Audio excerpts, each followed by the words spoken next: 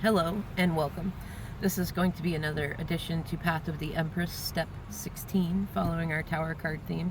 And I must say thank you for your patience, because as I started doing this step, I've actually had a lot of downloads come in. And also, I suppose just for one, because I know a lot of people are just getting into teaching, preaching, and as what I love Divine Maverick calls, preaching. And one of the things to recognize is, just as when you're getting a reading from someone, even a collective one online, you're actually creating an exchange of energy. And like, you get some from them and they get some from you. But it also works the same way in teaching. And so it's been interesting to observe that as I've been teaching what I've learned, throughout this like 20-year journey with my twin, that even just the stuff I've gone through this year during the illusion of separation, that I'm going now through an evolved stage of each of these steps that I'm teaching. And it's a lot calmer and it's a lot nicer, but it still has its moments. Like right now, I'm pretty sure I've gone through several series of ascending, like upgrading. I wanted to call it ascension sickness, but I don't consider it a sickness. It's just, it can feel that way. But I'm going through another one now, and it feels like it's been a while since I've experienced it, but it's like spiritual labor pains. It's just a part of ascension and birthing new things. And the more downloads I've had and the less that I've put them into the atmosphere, the more that increases. So I know I'm supposed to work on this, but it was like, okay, there's a lot of things that I could throw into this step 16, especially related to the Tower card. And do I want them here or do I want them there? I've decided to just embrace the absurd and go for it again. And what I'm going to suggest in this part of this step is to break your story. I know it sounds funny, but break your story. And it's a part of embracing the absurd, and it's something I've been thinking about a lot. And a lot of you wonderful fellow divine feminines have decided to reach out to me, and there's two things that I've noticed that are occurring.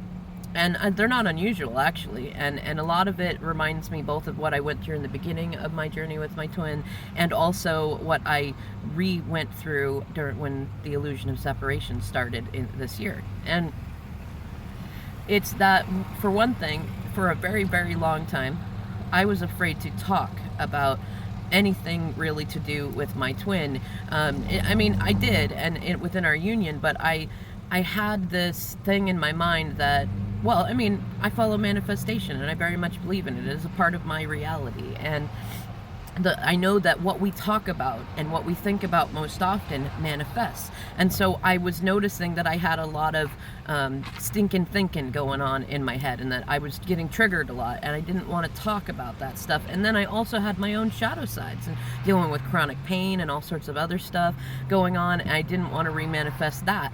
And I also had this belief in my mind that to talk negatively about your relationship was a bad thing. And I mean, it is and it isn't, because it manifests. The more you talk about it, you manifest. And I had some challenges with my DM too, because he also needed to vent and also had similar beliefs. But when I would vent, I always made sure to say something along the lines of, you know what, this really frustrating thing is happening. I'm so frustrated with him, but he did do some good things the other day. Or, I absolutely love him. This is temporary, and I just need some help processing these feelings, And he was not as great at that. He would often get started on a small piece of something he was frustrated about, and then let those around him pick up on that and just kind of carry off on their own vibration, and then leave it there and not correct the record. He would let them assume what they wanted to think, or if he was in the wrong and in his ego moment, it would be a blame game, and he would not own his parts. Because I was always telling him, like, look, I am not perfect. I'm imperfectly perfect. And I expect that there's going to be times when you're going to say things and talk about things that are not nice, but at least make them real things. Like, don't make up things, and don't pretend like you have no culpability in what's going on. And also don't allow people to think things are how they are not, And especially because he had quite a number of people that were like, well, if she's so bad to you, why are you staying? And he could explain to me why he stayed, but he wouldn't explain it to them. And it was an interesting thing to have happen. That wasn't the way it always was, just to preface that, but it got that way for a while when we were really triggering each other. And a lot of this even started because I wanted to start, I found my way onto the path of unconditional love, and I wanted to start practicing that. And you have to realize that when you call in something, you get both the light and the shadow. You don't just get one side of it. And the shadow side of unconditional love is that you see somebody's ugly sides too, and you have to decide, can I unconditionally love this person with their shadow sides too? But I will say, like, one of the most common things that I've noticed among fellow twin flames is that we don't talk about it.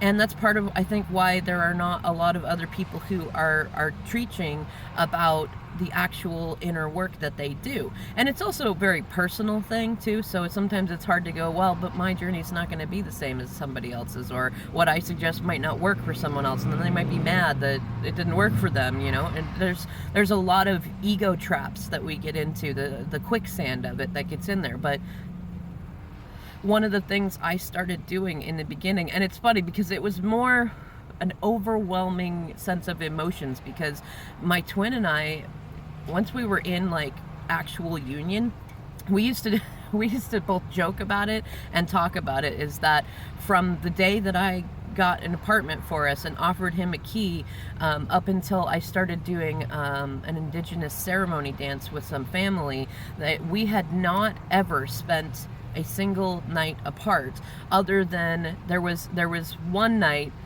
that he got in a little bit of mild trouble, just with some weed before it was legalized, and had to spend one night in jail. And that night, it was funny because we had already been together almost a year in actual union, and we were both just, it was hard. I managed to lead us in being grounded in it, but it was hard. And it wasn't until, gosh, how many years after that? It was like 5 or 6 years after that I did start doing the ceremony, and that took me away for 4 days the first time, and then the following years I really loved it. I wanted him to go with me, and he was too scared to go. He was always afraid of what people would think, and because it was a magical ceremony, he was afraid that he might like it more than he thought and dance naked in the moonlight and get embarrassed or something, which is so funny because, one, that would be adorable. Two, it was the kind of place that would be, it would just be adorable. But he was afraid of doing his shadow work, and so he didn't go, and that kicked up a lot more shadows with us because I did want to go and I did want to work on that. But other than that, like, so what is it, first, like, let's say 6 to 7 years, one night apart, that was it. And then for the following 7.5 years, it was 1 week a year. 1 week a year that I would spend away and he would spend at home. And we, both of us, we liked being together like that. So when separation occurred, like, this is part of why I knew I could give him grace in the way that he left, because I knew how it felt for me too. And I knew all these times that we'd talked about that. I mean, it was big. And I had not had many people that I talked to about our relationship or about what I was going through, and I had isolated myself a lot. I'm already quite a bit of an introvert. Funny enough, I'm an extroverted introvert, and he's an introverted extrovert. It's really funny. But I already hadn't had a very wide circle of people that I could talk to genuinely, that I felt that I could. There were people there. I actually ended up finding them because one of the things when I first met my twin, like first met him within the first 4.5, 5 years before we really started union, I didn't want to talk to people about how much I thought about him. It made me feel like a crazy person. And I did a lot to try to distract myself, which actually wasn't bad, because that's how I started my first few businesses and things like that. But I didn't want to tell people how much I thought about him. And he already had people that were thinking, like, he was making it out to be like I was just some obsessed girl who really wanted him, which is a part of his shadow work and stuff like that. And he did try to explain that he did care for me, but he was wrapped up in a karmic marriage at the time, and so there was a lot of conflict and confusion. He didn't expect to meet me any more than I expected to meet him, you know. But when separation started this time, I decided to break my story, sort of. I didn't think of it that way. I just thought of it in that verbiage. today.